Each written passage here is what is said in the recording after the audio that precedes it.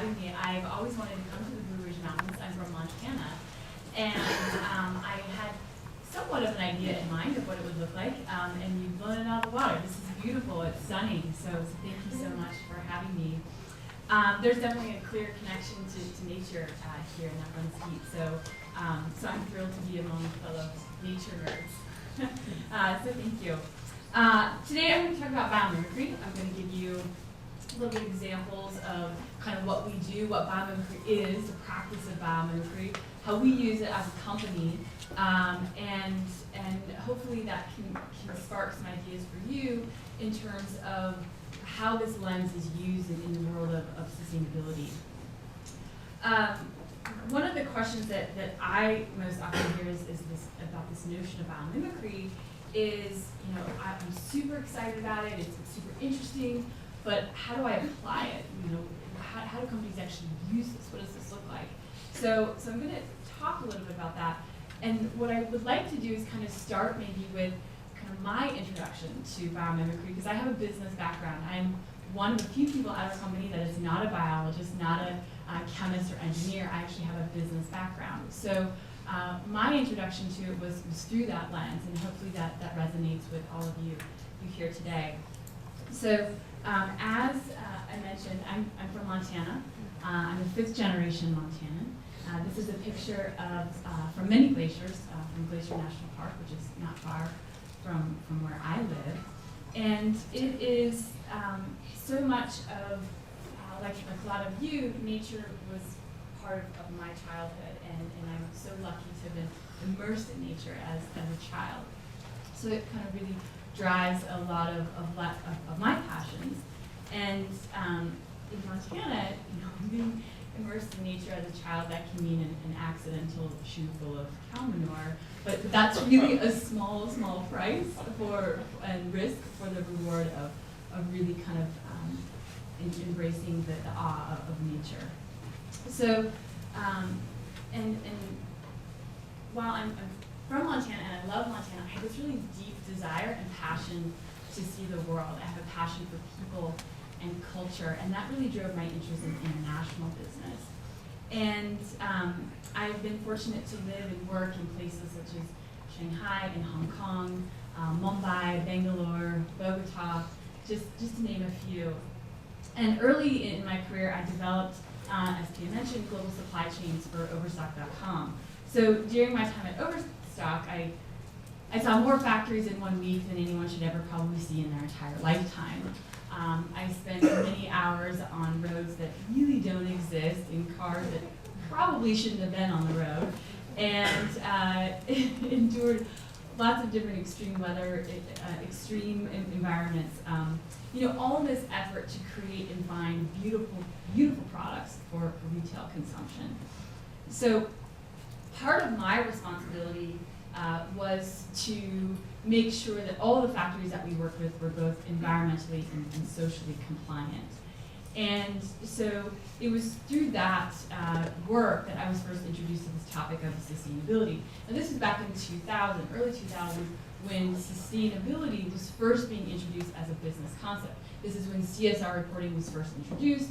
This is when transparency around your supply chain was first being introduced as a topic. Nike at that point just released all the factories that they worked with, and it was like this massive deal that they shared that and they were transparent about that.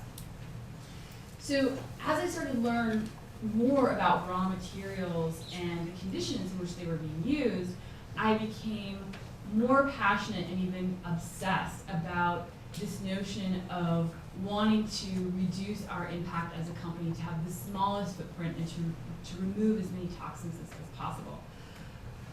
But trying to make these improvements, it was like peeling an onion. The further I went up or down the supply chain, the more issues I would find. And issues that even to the best intentions of everyone involved, my company, the suppliers, their suppliers, there were so many negative externalities in the process, in the mass manufacturing process, that I could not control and that I had a major impact on as a major purchaser of these goods. And that was really overwhelming as a person, knowing that this was the impact that I was having as a company, as a person, as a consumer. And it was a little depressing and a little overwhelming. And I thought there really has to be something better. There has to be another way.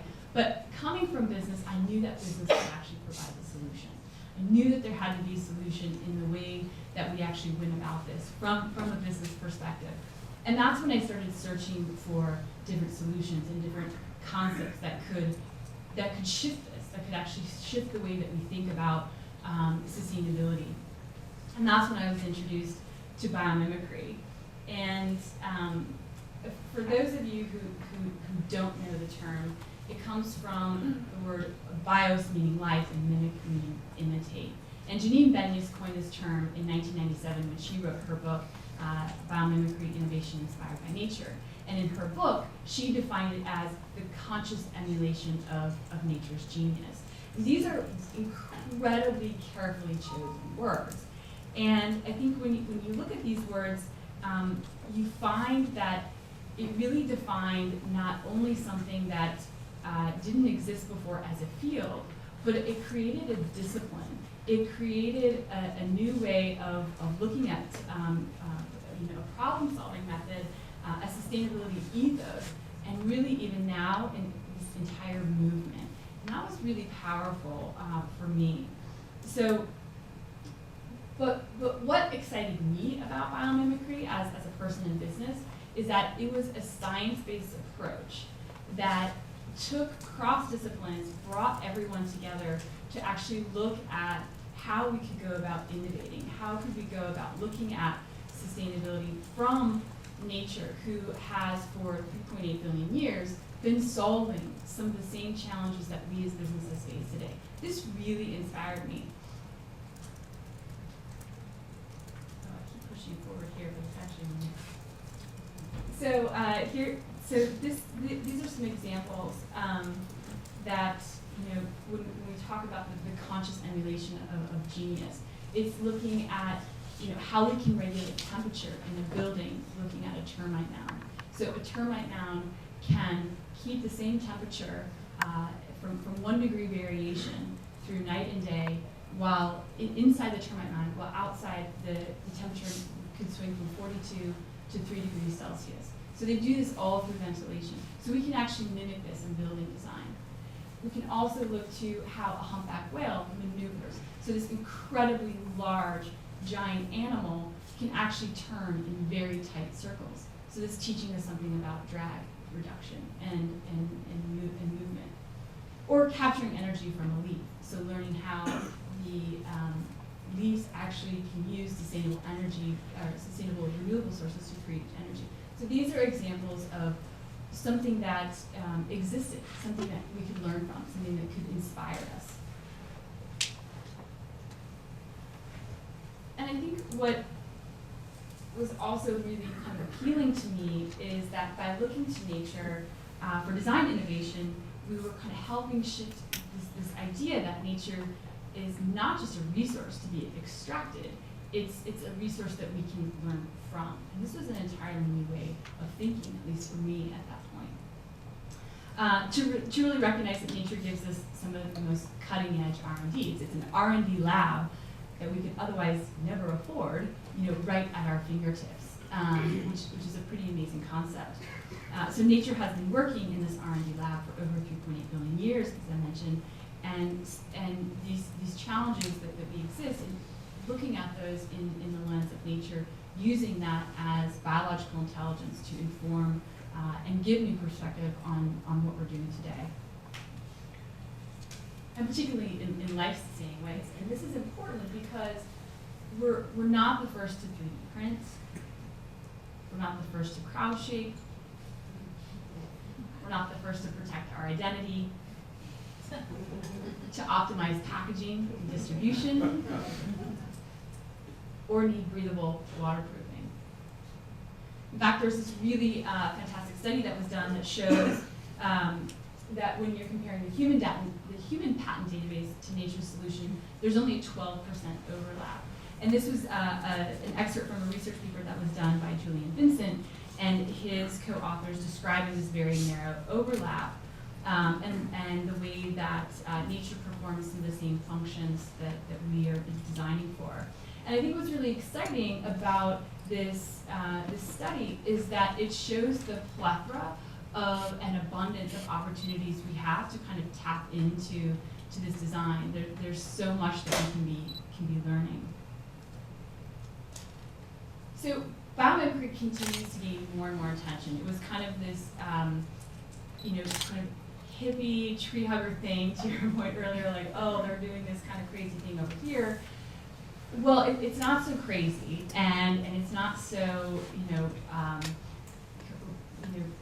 in these Treehugger magazines. It's in publications such as these. These hippie magazines such as Forbes are starting to write about biomimicry. In fact, we at Biomimicry 3.8 and our sister nonprofit, Biomimicry Institute, we have so many inquiries about biomimicry. We have an entire new website actually dedicated to what's happening in the field of biomimicry, in the news, and the application, and that's called synapse.bio. And if you go there, you can see all the different and most current research happening in application of biomimicry. We also talk about current trends on our own website, biomimicry.net. We have a whole section dedicated to climate change. So there was a question earlier about can you see the impacts of climate change? And we actually do a visual on how nature is fighting climate change with each season, and how there's a really powerful talk that Janine gives and kind of shows what this looks like. So I would encourage you to watch that. These are the industries that have been applying biomimicry. So it's not something that just a handful of people are doing. One of the things that is so exciting, and I'll talk a little bit about this in more depth, is that biomimicry can really apply to any industry. It's a way of looking at something, as I described earlier. It's a problem-solving method. It's a process, and so you can really bolt it on to any sort of innovation process that already exists, any sort of sustainability initiative that's already there. And it has application across multiple industries. And we actually haven't found any industry yet that's come to us where we say, oh, sorry, we can't help you. So I think this is something that's really exciting to look at. So how do we tap into this experience? How do we actually use 3.8 billion years worth of intelligence to solve some of our problems that we face today? So there's three ways. When we talk about biomimicry and we talk about applying biomimicry to business, the way that we talk about it is the emulation component. There's other aspects. There's an ethos component of biomimicry, and there's kind of this reconnect component of biomimicry. But I'm going to talk most specifically about this emulation piece of biomimicry. So when we do that, we can emulate three things. We can emulate form. This is kind of mimicking what it is, the morphology. We can mimic process, so what's actually kind of happening, the mimicking of how it's made and the biological process of that. Or we can mimic systems. So this is how does it fit in? How does it work in a system? What is the kind of symbiotic relationship of a system, and how does that work? So, and I'll give examples of each one of these. So when we're facing a challenge, no matter if it's a toxic material, or it's a leadership strategy, or if it's a building, we can use these three forms to actually look to nature to find solutions.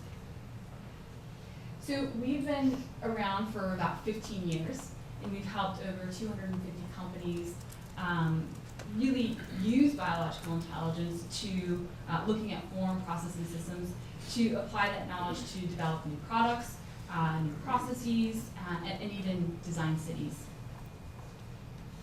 These are some of the clients that we've had the privilege of working with. And these are some of the challenges that we've addressed. And what you can see by these challenges is probably one of the most fascinating aspects of biomimicry, and that it can really apply, just the same as industry, it can apply to any challenge that you have, no matter what sector or application. And additionally, no matter what the challenge is, it's also this amazing vehicle for achieving sustainability goals. So whether you're looking for LEED certification, living building, well, cradle to cradle, LCA, EP&Ls, and no matter what your main framework is that you're working around sustainability, biomimicry plugs into that. And it plugs into it in a really powerful way, and I'll talk about that in some of the examples that we give. And I think this is important because businesses today, the companies that we're working with, they're under an incredible amount of pressure to comply with many different forms of these regulations and these certifications. From the consumer wants to see that it's got certain labels. I have this slide that I use sometimes, it's called the eco-label storm. There's so many. And so there's pressure to comply with those. There's pressure to, are you going to do a living building or a LEED building or use well? And so as a company, when I talk to some of the executives that we work with, they're like, I have to do all these different things. And so biomimicry then becomes this vehicle that enables them to achieve all this, because biomimicry is inherently sustainable. So you don't actually have to think about the sustainability piece of it. That box has been checked. What you're actually then doing is using this as a way to kind of bring cross-discipline teams together. And it was great to hear Dan talk about how the trans disciplines, when you're talking about teaching this, that's very much how we've seen it be most successful in companies, and when you've got multiple teams looking at this. Because while we're the biologists at the design table, the application needs to have the input from all the different people throughout, whether it's the engineers who are designing the building to, the marketing team that's going to be talking about their building. They all have a voice and a place at the table in this process.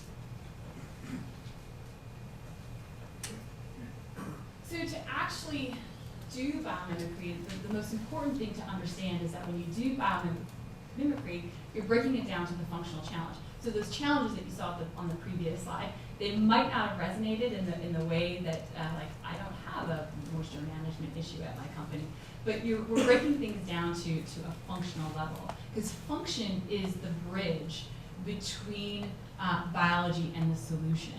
So oftentimes when a company comes to us, they say, we have a challenge with packaging, we need better packaging. Okay, what are you trying to do with your packaging? And that's kind of getting down to the function.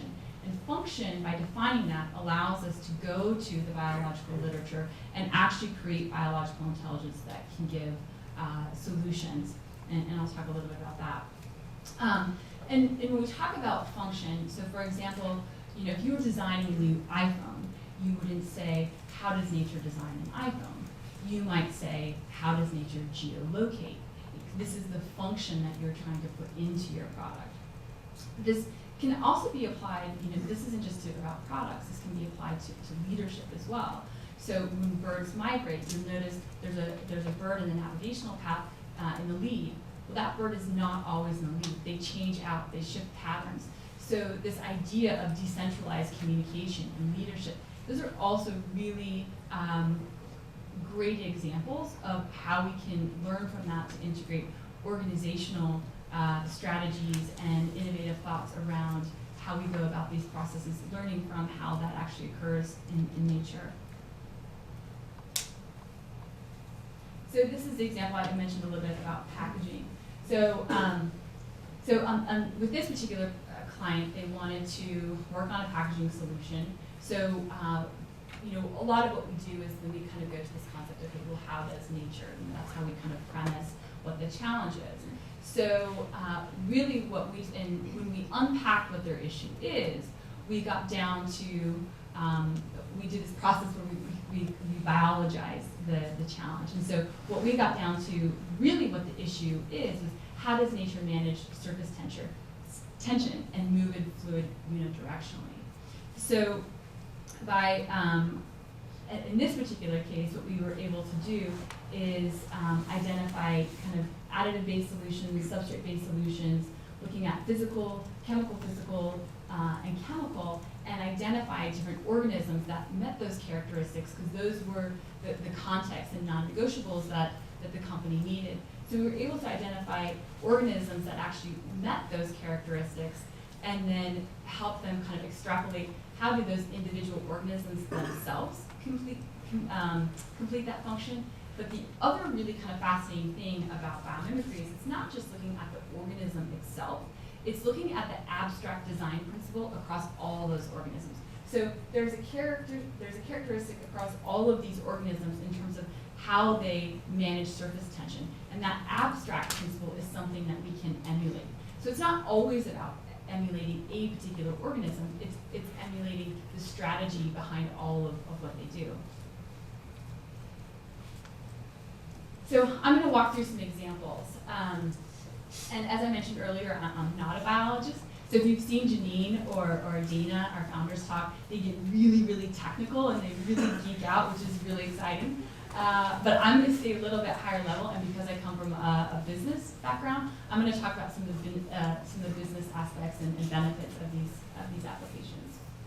So this is an example of form. I talked earlier about form, process, or system. This is a really great example of mimicking form.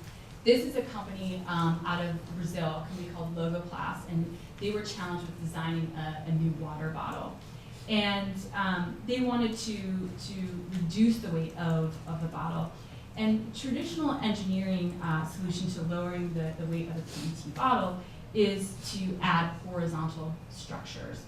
And so the more you add, the stronger it gets, and the lighter the bottle will be. But the drawback is that this is a recipe, and in the end, that leads to a very industrial-looking bottle, and where really the brand value becomes secondary, which is against what this particular company wanted to do.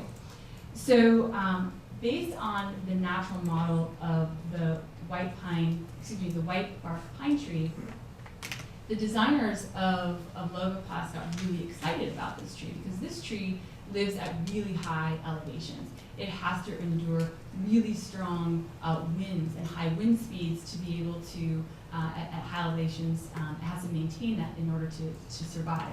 So it has this kind of spiraling effect, if you can see in the image, that helps it maintain its structural integrity. So the designers of Logoplast were really excited about this, and they thought, okay, well, I think there's something there, and that was something that could actually contribute to the design of the water bottle. So they mimic this, and you'll see kind of in the design, you can see those horizontal structures. And by doing so, this new bottle played an active role in the consolidation of both brand and sustainability strategies at Vitalis. But one of the benefits, I think the most powerful benefit, is by doing so, they saved approximately 250 tons of raw material per year in doing this. So they created, from a design perspective, they were able to achieve their goal, but from a waste perspective, they were actually able to achieve a bigger goal. This is an example of process, of mimicking process. And this is probably one of the most recent examples of mimicking process. This is a company called New Light Technologies. They developed air carbon. And air carbon is a carbon-based organic polymer derived from either methane or carbon dioxide, so both two greenhouse gases that would otherwise be released into the atmosphere. It is a PHA polyester that can serve as a substitute for currently used petrochemical-based plastics. So the process of transforming waste methane or carbon dioxide into air carbon was inspired by natural enzyme-based process. So the way that biology actually converts this process. So New Light spent a decade developing a bundle of kind of these biocatalysts that would not only coax the carbon atoms from these kind of would-be pollutants, but did so in a way that compete on a cost per use basis, which is really important when trying to convert their buyers into this product. So it's kind of a key to adoption here. And I think what's also really exciting about this product in particular is that unlike most conventional plastics, this is one that can be biodegradable, which I'm not sure how many of you are familiar with the work of the Ellen MacArthur Foundation and the New Plastics Economy, but as you're working with your students, I think this is a really powerful report that was just released, the New Plastics Economy Initiative, which I think probably the most powerful stat in that study shows that within 50 years, if we're on the same trajectory, there will be more plastic in the ocean than there will be fish. I think this is something that resonates with a lot of people, particularly if you're an outdoor person and you enjoy recreating, you enjoy being in the ocean. You prefer to see more fish than plastics. So we're actually working on a pretty big project with them about how we look at plastics, how we address plastics. When you recycle plastics, 32% of what gets recycled is actually leaked, and the majority of that is leaked into the ocean. So it's pretty scary, it's pretty overwhelming, but there's work that we can do about this. And that's where I think biomimicry is really exciting, is that it offers solutions to some of the most vexing challenges that we're facing today. But if you haven't seen that study, or if you haven't heard about it, definitely look at the Ellen MacArthur Foundation, the New Plastics Economy. So this is an example of, probably the best example I could ever possibly give of mimicking systems. So industrial parks, which mimic, or eco parks, which are mimicking systems from industrial symbiosis. The waste of one factory becomes the nutrient cycle in the feedstock for another. This is absolutely how nature works. There is no waste in nature, there are only nutrients. So nutrients to one another source. So industrial parks are this brilliant example, and while there are a lot, and I've given some names of some that exist throughout the world, they're certainly not enough. And I think when you talk about being place-based and locally attuned, this is a really fantastic opportunity to go from a systems level thinking in terms of what are the impacts of my business, and how can that be a feedstock or supply for another one. This is an example of biomimicry in the built environment. We do a lot of work. Kind of two segments of our work is focused primarily on the built environment. Another one is within consumer products goods. So I'll give two, these are kind of two segments that I'll focus some of the examples on. This is a project that we partnered with LGA, which is an architectural firm. And the project itself is about 30 minutes outside of Las Vegas in the Spring Mountains, which goes between desert and the high alpine conditions. So the project site is kind of somewhere in the middle. So it's dealing with kind of those extremes, both extremes, kind of in this transitional zone, which is a complicated place due to the extreme in temperatures. This particular project was a project from the National Forest Service. So they had funding to actually do the building, but they had limited funding to maintain it. So we had to be really conscious in our design. How do we actually create a building that's a low-cost building to maintain? So we brought in strategies from the local ecosystem. We looked at, okay, well, how do organisms in this environment regulate heat? What is the ecological intelligence around this place that we can learn from on heat regulation? So we actually ended up taking the strategy from the rabbit you see there, the second image in, and use that in terms of how rabbits conduct heat through their ears and their body. And we use that thermal regulation process to inspire how the building itself is heated and cooled.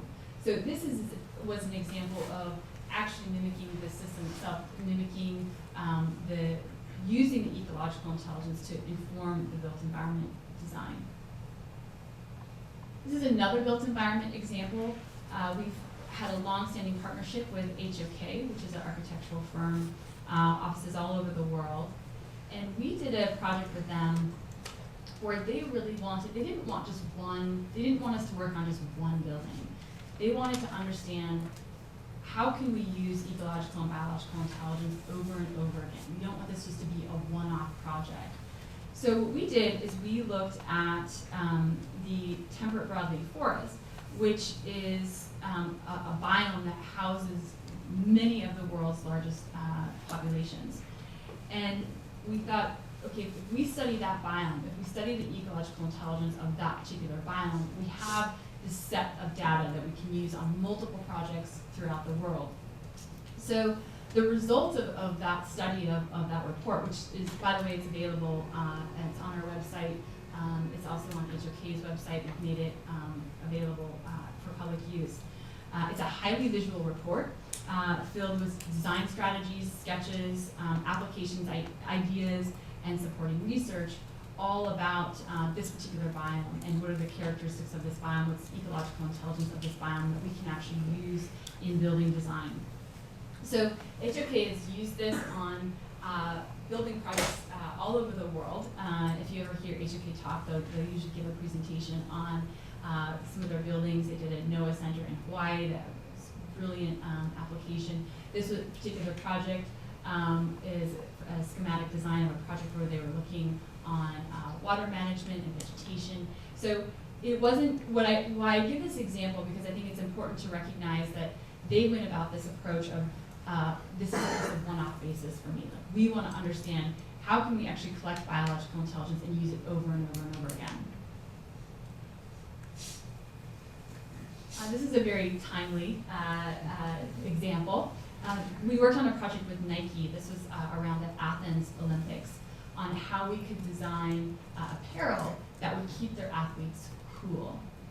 So, so when they came to us, you know, we wanted to understand the function. You know, what is it that they wanted the apparel to do, which was to keep athletes cool, and then really ask them, because that's a pretty broad thing. So we needed them to kind of hone in and define context. And because this was for the Athens Olympics, we knew it was a dry environment, and we also knew that it meant dealing with humidity. That humidity wouldn't be a problem, and we also stood that that athletes couldn't change their behavior. Okay, thank you. So we were told that they really needed kind of 1 to 2 degrees of cooling, and that would suffice. So the function was keeping cool. The context was dry environment, behavioral change not an option, physiological strategies were not appropriate, and any degree of cooling helps. So we use this function, we use this context to then go to the biological literature, come up with multiple ideas, and then Nike used that bio intel to then actually create apparel that kept their athletes cool. I'll go through this pretty quickly. This is probably one of the most famous examples that we've worked on. We've had a long-standing relationship, 15 years since we were first created as a company. Interface was one of our first clients. So we helped them develop this product called Entropy, which is a carpet tile. So this kind of bucked the whole system of the way that we think about carpet. So instead of kind of rolling out an entire roll of carpet, it became carpet tiles. What's fascinating about this is that if you stain, you know, a particular spot on the carpet, you don't have to replace the whole thing, you just replace the tile. But what's powerful about this example is that because they used a biomimetic approach, they looked at the forest floor and they saw that there's a randomness here. It's not uniform in design, it's not the same color. So when you ruin one tile, if you replace it with a new one, you can actually not have to replace all the others because you can't tell the new from the old. So this was one of our very first projects with Interface, and it represents now over 40% of their product sales. And these are numbers from 2010, so they're actually a little old. But so in the hard numbers, they avoided 372 million in waste cost, diverted over 100 million pounds of materials from landfills, and reduced their greenhouse gas emissions by more than 40%, and reduced their water intake by 80%. So this was all from taking a biomimetic approach to looking at the forest floor. How does forest design, what is the randomness in forest, and how can we integrate it into our carpet design? This next example is also an Interface one, and it was mentioned earlier. This is Factories of Forest. This is probably some of the most progressive thinking that we have, and we're lucky that Interface is a very progressive client, and they really take a bold stance on sustainability. So this project is called Factories of Forest, and this originated from the concept that Janine and Ray Anderson, Janine was on Ray Anderson's dream team and is still on the Interface dream team, and what she said is that, you know, we truly know that we've reached sustainability when the cities that we operate in are functionally indistinguishable from the forest next door. And that really resonated with Ray Anderson. He said, okay, I want to do that. I want to think about that. How can we work towards that? So it's been something that's percolating in the company for a while. And we launched this project in 2015 with their facility in Minto, Australia. Their factory burned down, so they had to rebuild it. And so they wanted to think about, as a brand new factory, how do we think about our factory different? So what we've done is really work with them on this whole project, this whole concept called ecological performance standards. So it's actually looking at how does the forest next door function? How much soil is it cleaning? How much, what are the nutrients it's putting back? How much water is it cleaning? How much carbon is it sequestering? And we actually use that as a baseline for how to actually achieve this concept of going beyond being sustainable and going beyond net zero, but to this concept of being generous. How can we be generous? And this is really something that resonated with Interface, and it's resonating with a lot of our clients that we're working with, is this notion of going beyond sustainable. I heard a really great line from Michael Brumgart that said, you know, if you were talking about your relationship and someone said, you know, if you describe your relationship as sustainable, you know, that'd be pretty sad, right? Like, we want to say, like, oh, I have a sustainable marriage. Like, we really want to go beyond that. You know, we want it to be something more than that. And that's really this idea, is that businesses, of course, they have to be sustainable. Absolutely. There's no question. You won't survive in the long term if you're not. So what's the next level? Right, and it's this concept of that we have to be, you know, in this for good. We have to be doing generous things. We have to be giving, as cleaning the water the same way that the ecosystem does. We have to be capturing carbon the same way that the ecosystem does. And as companies who have buildings and who have employees, this is our power, right? So when I was talking earlier that business has the power to make these changes, these are the types of examples that as businesses, we make these fundamental shifts to say we are going to design this way, we are going to think this way. This is the impact that we have. So what we're doing right now, we're in this process with actually they're completely redesigning their facility in LaGrange and West Point.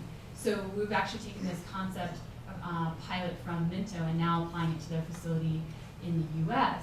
And we're gaining all of the ecological intelligence right now about the site. We're looking at water cycling, carbon sequestration, atmospheric quality, soil fermentation and retention, and habitat and biodiversity provision.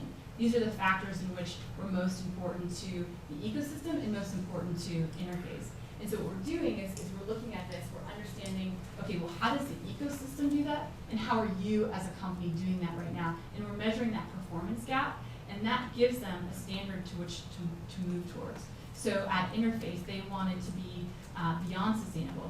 They're meeting their sustainability goals of 2020. So what's next for them? And that's saying, okay, we're gonna do water cycling the same way as the forest does, and this is what that looks like. So this is a really new project. We're very public about it. Interface is very public about it. There's a lot on our website on it. We talk about it at conferences a lot. I'll be talking about it at Greenbuild. So there's a lot of information about this project, so I encourage you to read about it. So just quickly, in kind of closing here, one of the things I like to say about biomimicry is that it sits at this intersection of sustainability and innovation. And I think that's what's really important, is that even if you don't care about sustainability, as a business you care about innovation. You have to, right? And so companies that really get and who are successful are those that see that intersection of sustainability and innovation. And biomimicry really sits at that hub, and that's where our work has been most powerful, and it's where we've seen companies who have been most successful in biomimicry, we've seen them understand that intersection. We have the technology, there's more and more research coming out, there's more and more application.